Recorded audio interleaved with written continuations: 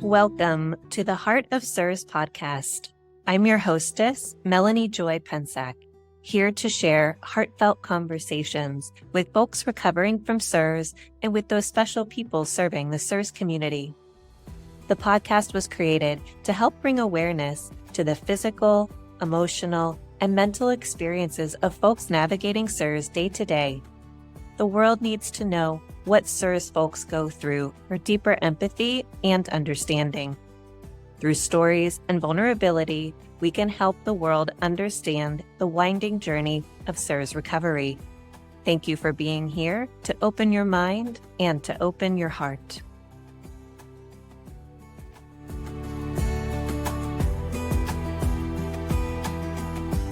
Well, today is a very special day here on the Heart of CIRS podcast. Dr. Ritchie Shoemaker of the Shoemaker Protocol is here. For those within the CIRS world, they would be very familiar with this name. But for those health professionals and people new to CIRS that are listening, he is the doctor who discovered the illness and the only clinical research-based proven way to heal from CIRS. Dr. Ritchie Shoemaker graduated at Duke, magna cum laude, in 1973, and from Duke Medical School with honors in 1977. He finished family practice residency at Williamsport, Pennsylvania in 1980. He began his rural solo practice in Pocomoke, Maryland in 1980, and has been there ever since.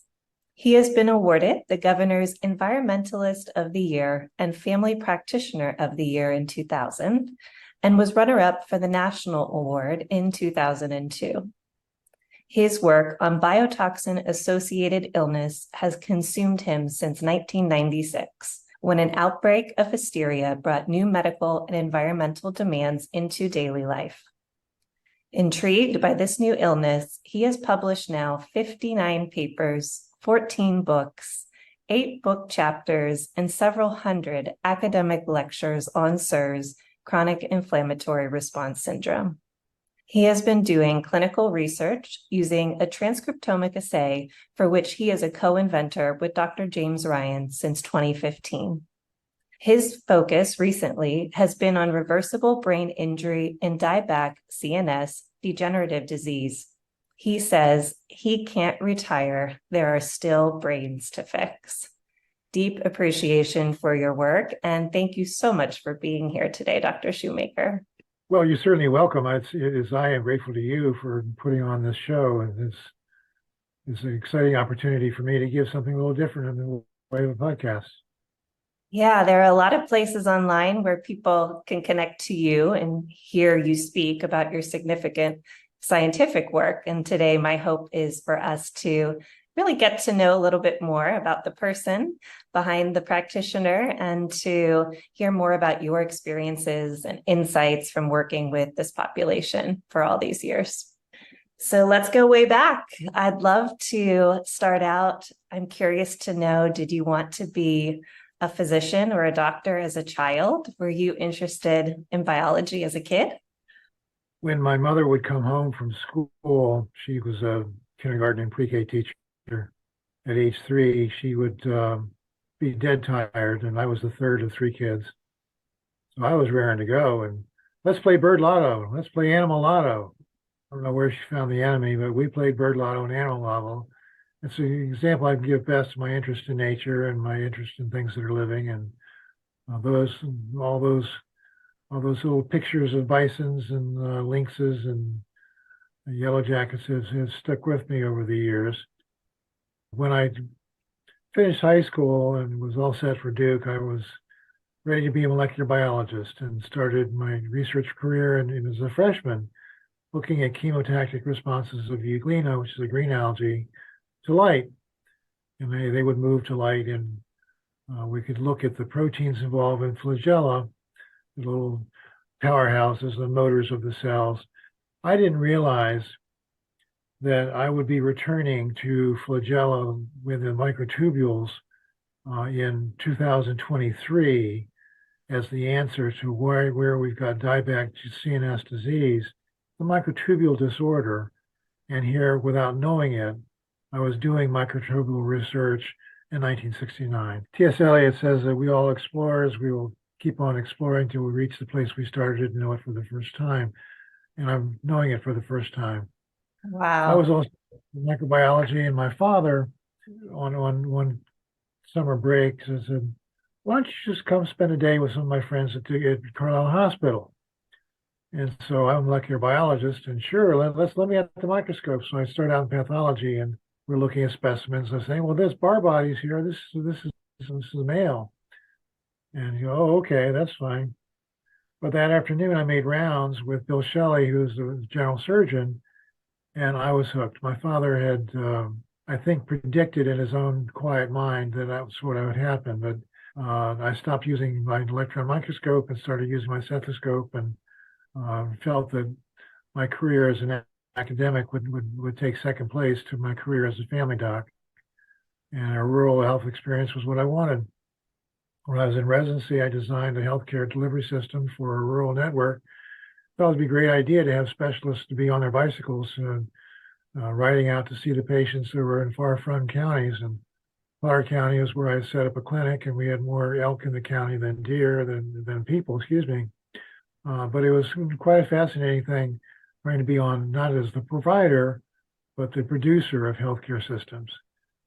I see now how desperately we need that organization and looking at problems of primary care, not just in the woods, in the rural areas, but in cities and underserved areas throughout the U.S. So my work there is not done. Yeah, that's absolutely fascinating. So fast forward now to CIRS being discovered, all your work with CIRS, and you've created training programs so that doctors can get certified in treating this illness and people can get more educated in being able to be guides and supports to people going through the process.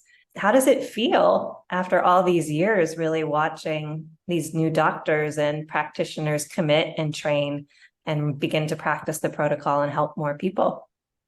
There's a depth of feeling. It's a little hard to talk about. I had always said that the mark of an evolutionarily successful being is the success of the offspring. So I go back to that. I'm 72, and some days I wonder if I'll be 73 or not, but I'm hoping so. But nonetheless, I feel that some of the thoughts I had are worth keeping in the next generation, and that's happening.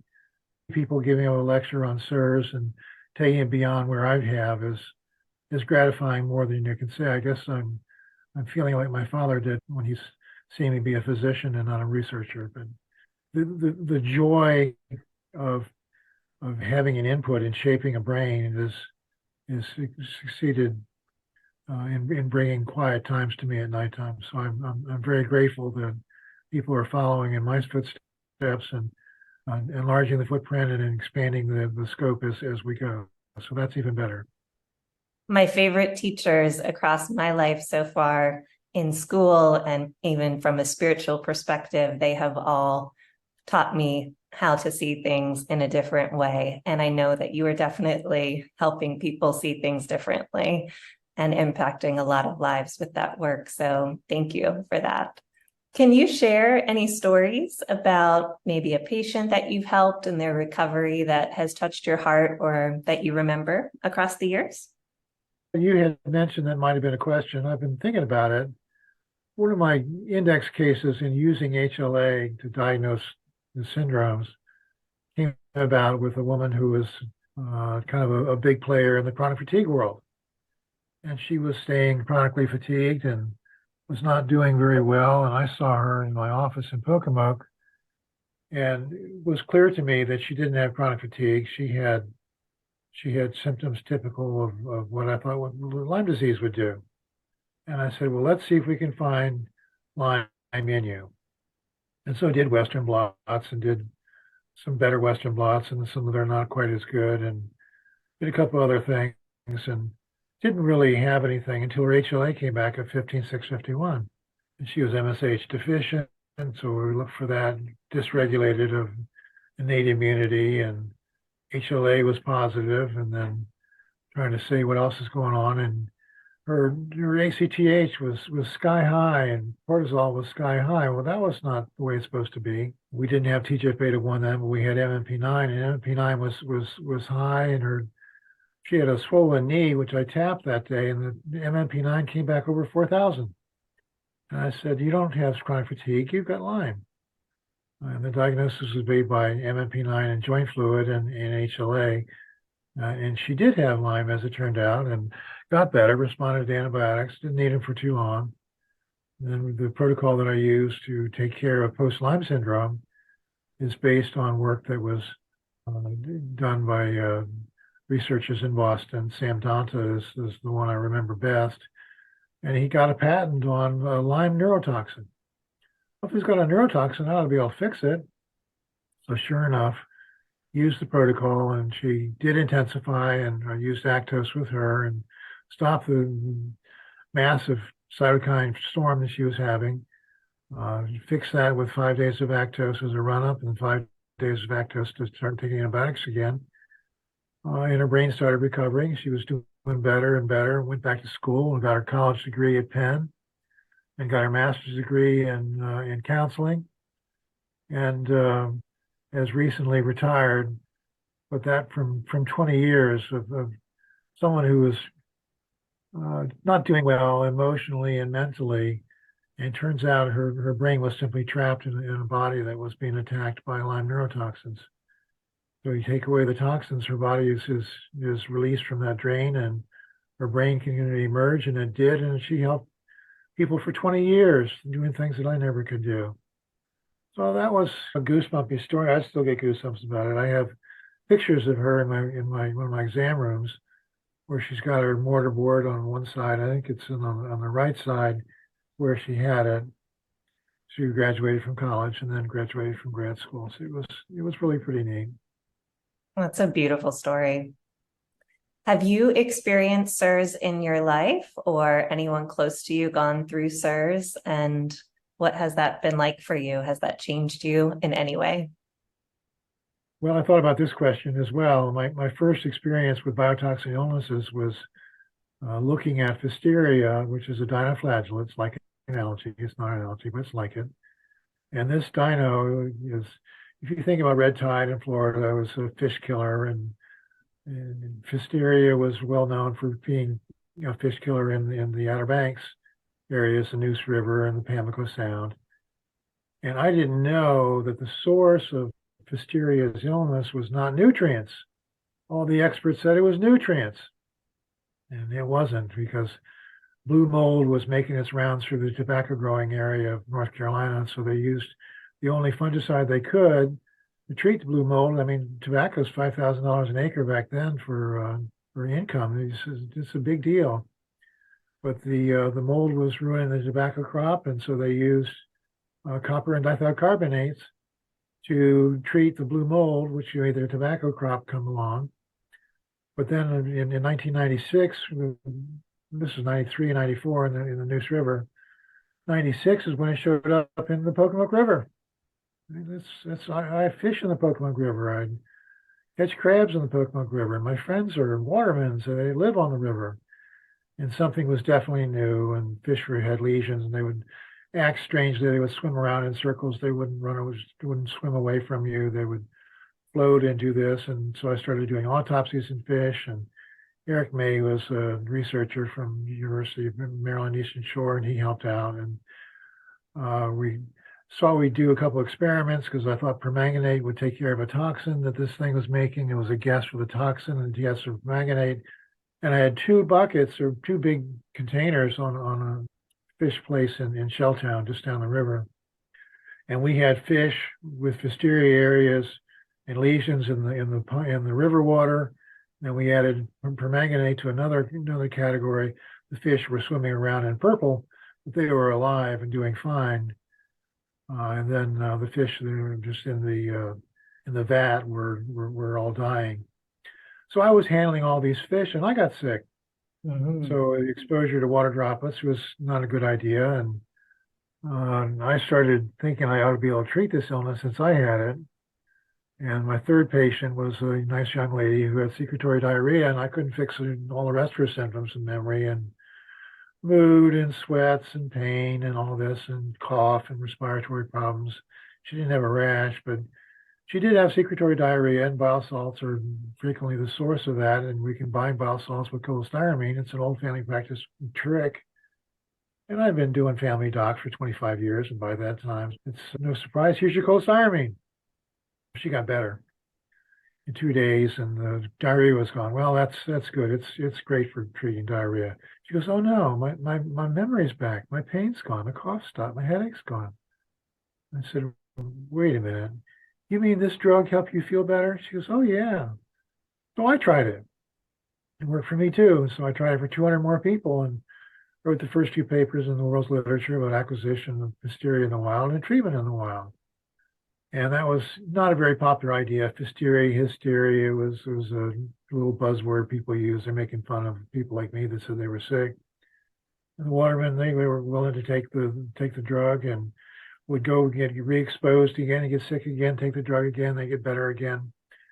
And it wasn't until 1998 that Ken Hudnell, who was a PhD neurotoxicologist from National Health and Environmental Effects Research Lab in North Carolina at Research Triangle Park, said that if you use visual contrast sensitivity testing, you could find an answer to the hysteria problem. He'd done that for the state of North Carolina.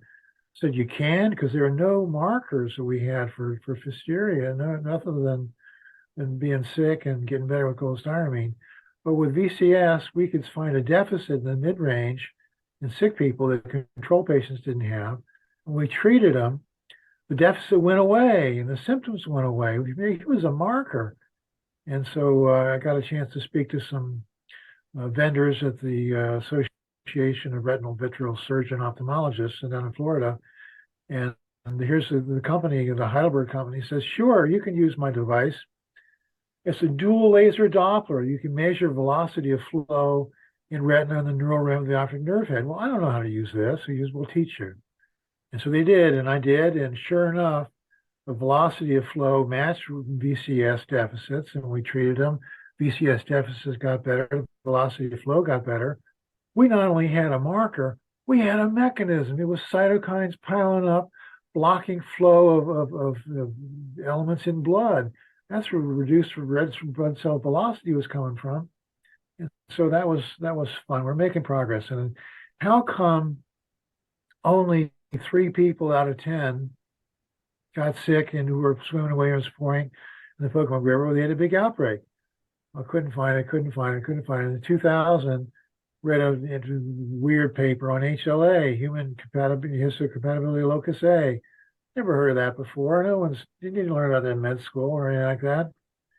But here's a test that LabCorp did. So let's see. And the 3 that got sick had HLA all the same, and the 7 that didn't have that kind of HLA. And well, we tried this in about 200 people, and now I found there was 4,353 and 11,352B, 2 HLAs that everybody who had that got sick. And then here's the 11,852B, and oh my goodness, I had a marker. So here am I now thinking I've got a hold of hysteria. We've got a bedside, non-invasive, inexpensive, reliable, reproducibly reliable marker. We've got blood tests saying that we've got cytokines. We started doing cytokine testing. And somebody called me from Florida. Well, we've got a problem with dinoflagellates in the St. Lucie River. Why don't you come down and see what you can do? Well, so I got exposed to the St. Lucie River and I got sick again. And so sure enough, started sampling with pour water the areas. You ever made a mud pie when you were a kid and you had a little collection of mud and you squish it and out come with water? Well, that water between the particles of the mud pie is pore water, P-O-R-E. That's a reduced chemical environment. That's where copper was staying in its reduced form, not its oxidized form. And it's like, well, here we ought to be able to sample pore water and find copper. And then how about dithiocarbamates? Here was a paper from the pedology field of soil science by finding that if you mix dithiocarbamates with copper, you started killing dinoflagellates. And I was like, well, wait a minute, or excuse me, killing rotifers that in turn would be eating dinoflagellates. That means that if copper and dithiocarbamates are in the pore water, and there's a rain event or a wind event or a current event, and the pore water is stirred up mixing with the regular water, that could cause a bloom if it killed predators of hysteria, and all we need to do was prove that. Well, we did. And long story short, is back to Shelltown. That's where I was finding that I could use permanganate to block the illness. And after I had permanganate in that valve, I didn't get sick again. So as time went on, I got interested in blue-green algae, and we had a bloom in one of our ponds in Pocomoke, and we had microcystis, one of the bad guys. So I called Wayne Carmichael. I met him at some conferences because this was a big deal. And he says, sure, I'll find if you got microcystin. And I had it in my pond water.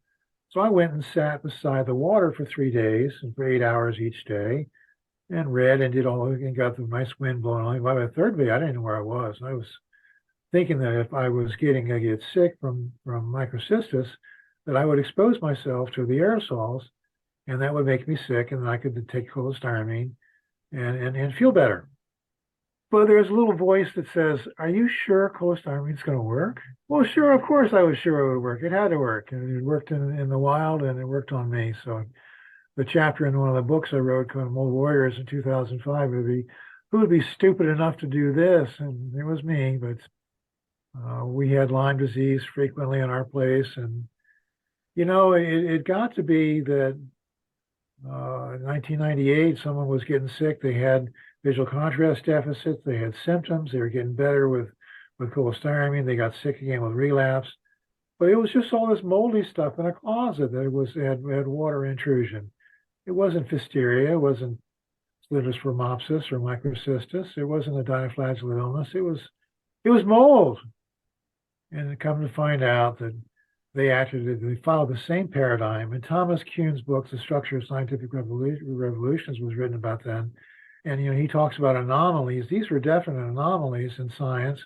And if you keep on repeating them well enough and fix them well enough and repeat well enough, then you've got a paradigm. So here I was, a little country doctor in Pocomoke, reproducing Thomas Kuhn's book, The Structure of Scientific Revolution. I know, it's neat stuff. But the mold kind of got a hold of me big time. I got sick from mold as well. And then I found I was in a water damaged building. There wasn't mold, but there was other things in there, and the actinobacteria were there, and that made me sick too. So, I was kind of walking around, and what else can make you sick? Here we got another toxin, another illness, and I can do that. And I've paid my dues, and I had pulmonary hypertension, which is one of the things that this illness can do to you.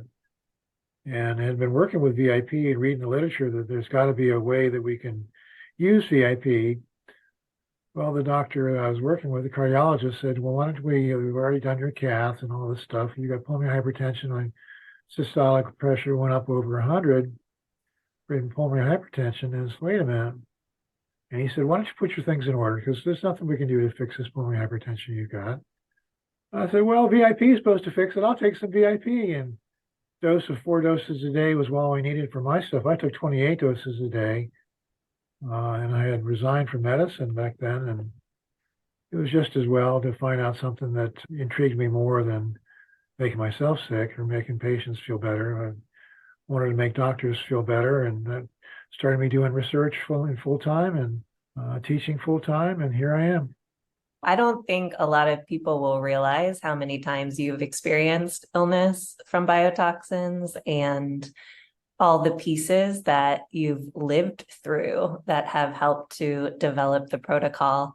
It's so fascinating to me how these people just showed up in the world and called you up, and it helped sort of with the next step. And you certainly have 9 lives, Dr. Shoemaker.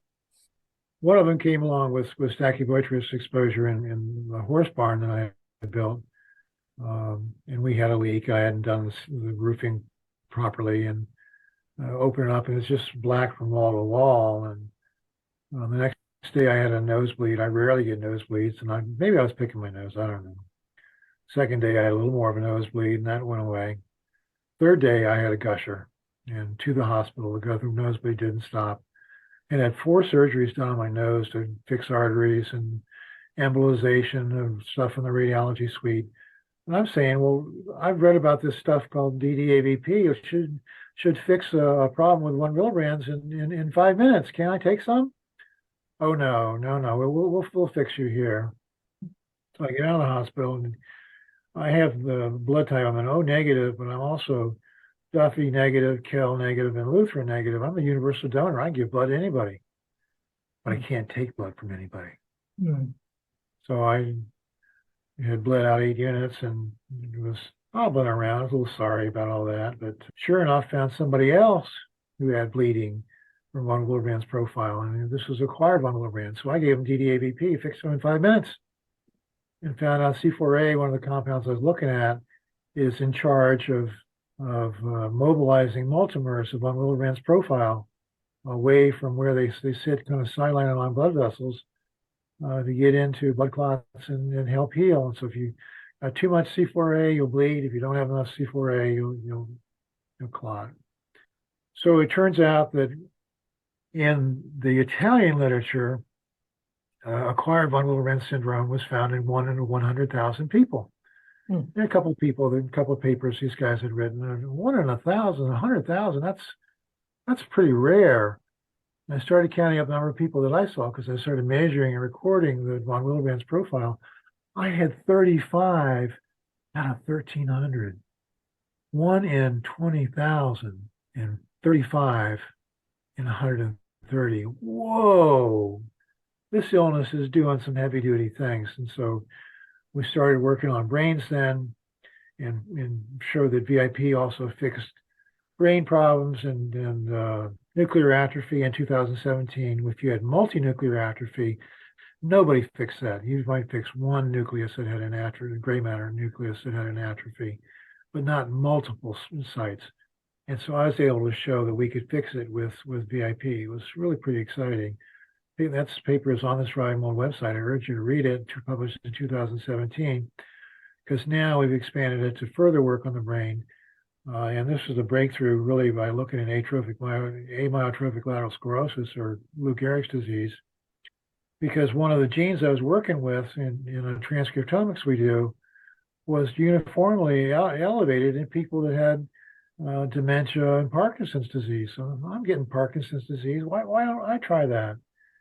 And so sure enough, we've been able to show that a dieback degenerative disease, not just Huntington's chorea and Charcot-Marie tooth, but also Alzheimer's and Parkinson's, shows this defect in microtubule delivery of ions and nutrients in axons. And if you don't get nutrients to the axonal flow, the synapse will start to die, and then you start getting demented. So we just need to prove that we can fix that. And the drug was used to fix the microtubules in euglena in 1969. It looks like it fixes people in 2023. Fine. Wow. Is that what you're most proud of regarding your work with biotoxin illness, or what would you say you're most proud of? I was most proud of making a bibliography. It sounds silly, but when someone wants to defend their research and criticism, having other papers and other authors support you and all that. But I'm doing things, nobody had done the same thing. Nobody could reproduce it. It took 7 years before we could prove it, before the copper theory was proven. I took a lot of flack about that. But making a bibliography to withstand criticism is something I do routinely. Debbie Wagner's been working with me for 41 years now. 41 years, that's right.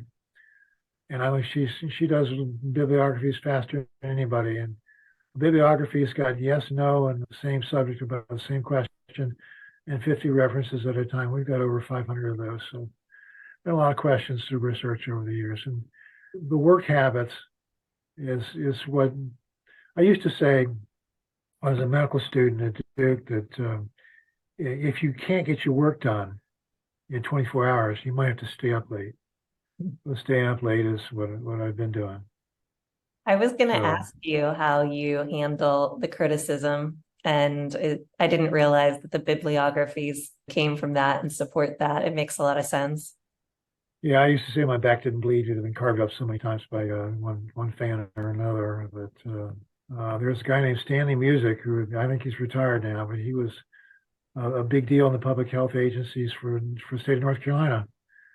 And he says, what's Shoemaker doing now? Is he going to find a cure for chronic fatigue syndrome? And the answer, Stanley, is yes. Grateful for that. a little obnoxious that way, I must say. But in terms of your question, if you know what the illness feels like and you're used to people looking at you thinking, what are you making this up? You're just depressed and there's something bad going on in your life. You got financial pressure, you got marriage falling apart. What's going on? It's the biotoxin. It's inflammatory. And come to find out in 2019, we published a metabolism book, the metabolism chapter, that CIRS, the chronic inflammatory response syndrome, was CIIRS. So it was infection and inflammation. And then it was CIRMS with metabolism thrown in. And this is too many letters for the acronym, but the metabolism and its role is hugely important. It's made the brain the critical issue.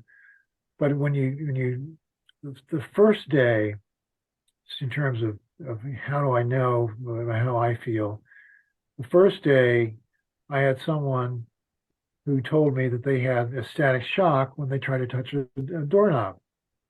I said, you got to be kidding me. This is the weirdest thing I ever heard in my life. And coincidentally, someone that afternoon was coming in and we were talking about things. And I said, hey, you ever get a static shock when you touch a doorknob? He goes, how'd you know? And so this is now one of the common symptoms. It's found in 41, 44, 45% of these different cases. So the cyanobacteria, water damaged buildings, hysteria, and Lyme disease, 44% of people get static shocks. And then I started wondering, where's the static shock come from? And we can measure salt levels on children who've got cystic fibrosis. Their sweat is very salty. So I started measuring the sweat in people who had static shocks. It was very salty. So their skin was a conductor. And so they had electrical current that was discharged to a ground. And that made sense. Of course it was real. But it's just, the illness is humbling because you never find all the answers out on the first day. And I still find new things every day. The microtubule deal has been just the last couple of weeks and just exciting. It is exciting. I know everyone's really curious and excited to hear how that work develops. Just imagine, what could you do if you start fixing dementia before it's dementia? We'd have a screen for it. We'd have a transcriptomic test. We've got transcriptomic tests for so many things now. And TUBBA4A, if we found that in association with dieback CNS disease, we're looking at cure just around the corner. It'll take some science. It'll take some work. But just imagine. Wow, that'd be so cool. It would be amazing. So I'm curious, there are a lot of doctors out there that don't understand CIRS or choose not to learn about CIRS. And what would you say to them? What can non-CIRS literate doctors do better? In the emergency rooms, physicians are asked to do lots of things. And the CIRS patient who shows up in the ER with 25 symptoms, the doctor's attitudes, and here's an attitudinal problem, say, get this person out of my emergency room, which is where Gomer comes from. Get out of my emergency room. So I would put them back in the emergency room and get a history from someone they called Gomer the day before. Only this time it would be a professional witness, professional patient who knew there's history in and out for a CIRS patient, see how this guy would do with a history from a Gomer, and just see how about if you ate a little bit of crow along with that. We used to think about West Nile virus killing crows. You do something about some attitudes. You think this person has got a diffusely positive range of review of systems. They do. They do. Fatigue and weak and cough and short of breath and red eyes and blurred vision and diarrhea, secretory diarrhea usually, and numbness and tingling and vertigo and executive cognitive dysfunctions, all at the same time. And so that became one of the secrets on history. If you've got 8 of 13 symptom clusters, nothing else had that. No combination has had that. It's still true. So as part of the case definition we came forward for in 2003, it's a labs the same or similar to those seen in published peer-reviewed literature, and then the symptoms the same as or similar to those in published peer-reviewed literature. Because by that time, we had enough literature to say publish things. And when people started arguing, which they still would, we had something to argue with. And that's, did you read this paper? Did you read this paper? In the old world, it didn't take too long before the lawyers found out, oh my, if you had a wet building, it's a sick building. That means someone's responsible, means someone's going to pay for it. Here's the attorney. They answered the call, they answered the bell. You can make money that way. That was another story, but that was a big part of having to know the literature better than the next guy, because now you're going against medical experts. These are they're cut above, and country doctor better know but a little bit more what he's talking about, because he'll get excluded if he's not careful. And it did happen a few times, but 44 times over Daubert objection, it was accepted, and 9 times it was thrown out. I'm hearing all the court cases with experts and going on now with presidents and all that stuff. I'm just saying, I've been there, I've done that. But CIRS or non-CIRS literate doctors could make a history come alive and see that they've never known about how to ask about unusual pain or sharp stabbing pain. Never knew there would be some people that had TRPV2, nerve conduction problems, and water from a shower would hit their skin and hurt. You see, the patient is telling you the truth. Find out what the patient is trying to tell you. That's where TRPV comes from. It happens in ciguatera as well. So I had the heads up. I said, oh, look at this. Maybe that's what's making the water droplet hurt. And sure enough, it did. And you hear something and you assume that they're right, who's the people are talking to you, as opposed to assuming that they're wrong. I've been making my career out of assuming people would be telling me the truth. And then I can tell the truth to doctors. I think that was one of the hardest parts for me with the illness, was that going through that process and really feeling like I wasn't believed. And I know a lot of CIRS patients will relate to that for sure. One of the things that having had the illness does, and having felt rejection and felt misunderstood, is that you can say to a CIRS patient, you're not alone. And boy, is that a powerful feeling. You're not alone. It's 3 words. That's it. And my favorite story about Pandora's box, Pandora opens the box and lets all the ills of mankind fly out of the box, and all the other stories. But you know what the bottom of Pandora's box was? A butterfly. That butterfly was hope. Butterfly flew up. Give me goosebumps. Yeah. Hope. And the first thing you need to do, I learned the hard way. I've been a tough guy, but the softness still there is when you give somebody hope and see that come through. And just the other day, it was a woman had left her home for 2 years. She was sickened by it, and her children weren't, her husband weren't. And they looked at her funny, and she went everywhere and everywhere. She's from the Annapolis area, and just talked to her. And her problem was actinomycetes, actinobacteria. And I made up a protocol. I always make up protocols. Say, let's try this. And you got the results back of her skin test and her blood test, and looking for actinos in blood. And yeah, actinos are in blood, and they really are. And results came back in good shape. She goes, do you mean I can go back? I said, sure, why not? It's still emotional for me. Yeah. The work is helping so many people. I remember whenever I finally got to a Shoemaker doctor and I called the office, and they said to me, we've seen hundreds like you. You're at the right place. And as sick as I was, bedbound, I really thought at 40 I was going to have to go into assisted living. I was so physically impacted to finally get to a place where I heard, yeah, we've seen hundreds like you. You're not alone. It was just enough to be able to help me to keep going and get through. It's really powerful. Gives you some compassion. Yeah, it certainly does. I'm glad that she found you. She's happy. What is your biggest wish for the CIRS community? I guess bibliographies is a trade answer. Nobody knows everything, and if there's 50 papers been written for about everything, just read them. Bring them close. If you don't know what's wrong with a person, you may have to stay up late. if you don't know the answer, that doesn't mean you don't have to try to find the answer. Mm. CIRS community has got some of the most beautiful people in it that I've ever met. People on the listserv. Well, you're on the listserv. It's caring, compassion, competence. 3 C's come to mind. And so not everybody's cut out for that. I could have been doing electron microscope work, and electron microscope wouldn't care or want me to be competent, but compassion for the machine wouldn't really be necessary. But it is to be a CIRS doctor.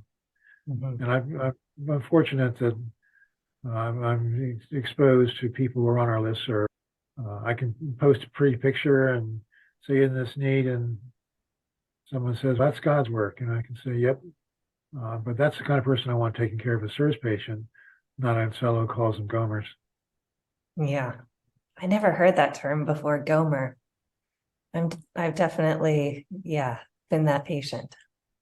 And the doctors that do take the time to learn to really listen to these patients, man, they just keep digging. They keep digging and digging. I want to give them all golden shovels. Everyone keeps looking and seeking and trying to help people find relief. And they are a beautiful group of people that you've trained. There are other groups of people that do some things that I don't agree with. Antifungals is probably the worst.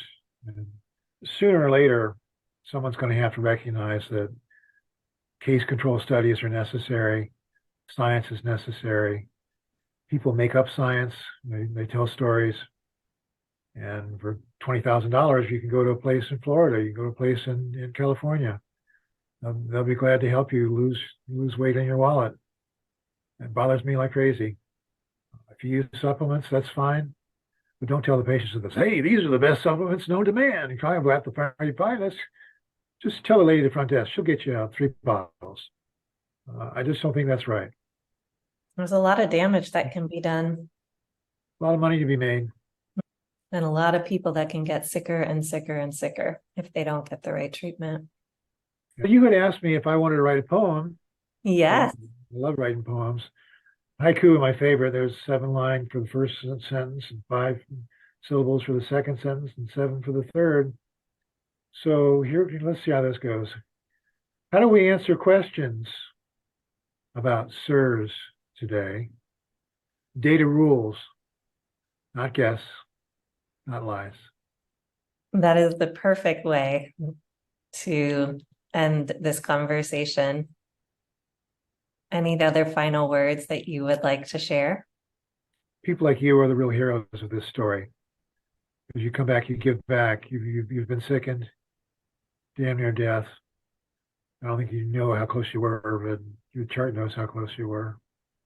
And you're giving hope and help and caring, compassion, and competence to the patients you work with. That's your gift. That's your reward. Thank you so much for validating the experience that I went through. I very much felt that experience, being close to death. And there is something that sort of magically happens as you get to the right place and go through this recovery, that you can't walk away from it. And you can't walk away from the others that are experiencing this. And I certainly don't want anyone else to have to get to the level of severity that I was in. And I do hope to continue to bring awareness to the world about CIRS and about your work. Your discoveries have really greatly impacted and changed the lives of so many. And it's allowed me to heal, and it's given me the ability to be independent and be creative and to engage with people again. So on the behalf of so many, thank you for your commitment to this illness, and may you continue to heal in many ways. And I have no doubt you'll continue to uncover the mysteries of biotoxins and the brain. Thank you very much for the invitation. I've thoroughly enjoyed talking to you. Appreciate it. You too. Thank you, Dr. Shoemaker.